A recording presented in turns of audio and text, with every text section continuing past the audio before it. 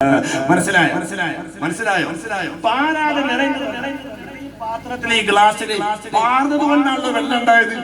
പാരാതെ നിറയുന്നത് വെള്ളം ഒഴിക്കാതെ നിറയുന്ന ആ പാത്രം ഏതാ ചോദിച്ചു. അവൻ മാളുകൊത്ത മറുപടി എന്താന്നറിയോ?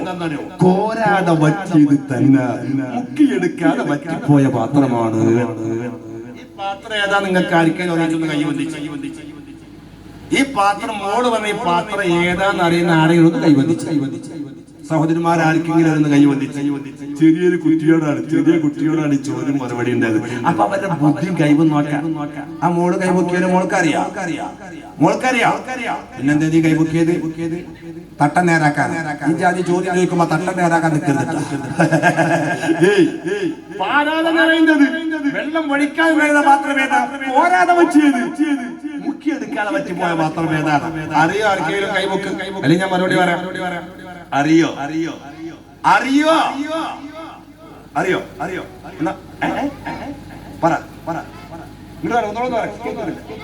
കിണറ് എങ്ങനെ? കിണറിന്റെ മഴ പെയ്തിട്ടല്ലേ വെള്ളം ഉണ്ടാകുന്നത്. അപ്പൊ ഉണ്ടല്ലോ അതിൽ. ഇത് ഒഴിക്കാതെ നിറഞ്ഞ മാത്രമാണ്. ഒഴിക്കാതെ നിറഞ്ഞതാ. ആർക്കെങ്കിലും പറയാൻ കഴിയോ? എന്താ പറഞ്ഞു? അറിയോ? അറിയില്ലെങ്കിൽ അറിയോ? ഇല്ല ഞാൻ പറയാം. തേങ്ങ. അതിലാരും വെള്ളം പാർന്നിട്ടില്ലല്ലോ. വെള്ളം പാർന്നിട്ടുണ്ടോ? നാളികത്തിൽ ആരും വെള്ളം പാർന്നിട്ടുണ്ടോ? ഇല്ല. തെങ്ങിനെ മണ്ടയ്ക്ക് വെള്ളം വെച്ചിട്ടുണ്ടോ? ഇല്ല. ഓട്ടോമാറ്റിക്കലി പ്രകൃതിയാണ് അല്ലാഹു സുബ്ഹാനഹു വ തആല നിറച്ചതാ. പാരാതെ നിറയുന്നു. പക്ഷെ അതിന് സ്വഭാവമുണ്ട്. പോരാതെ പറ്റിപ്പോകും.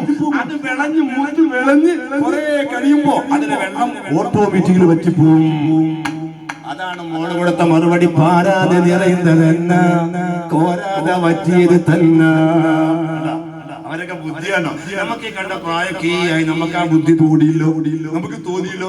പ്രിയപ്പെട്ടവരെ, അതാണ് അവരെ കഴിവ്. അപ്പൊ കണ്ട ഇവിടെ ഒട്ടകത്തിന് അറുത്തു, അത് ചുട്ടു തിന്ന് കള്ളൊക്കെ കുടിച്ച് ഉന്മത്തരായി പാടിയും അവര് പ്രിയപ്പെട്ടവരെ പല ഭാഗത്തോ ടെന്റടിച്ച് വിശ്രമിച്ചുകൊണ്ട് അവരിങ്ങനെ പോയി നടത്താറ് മോതിർന്ന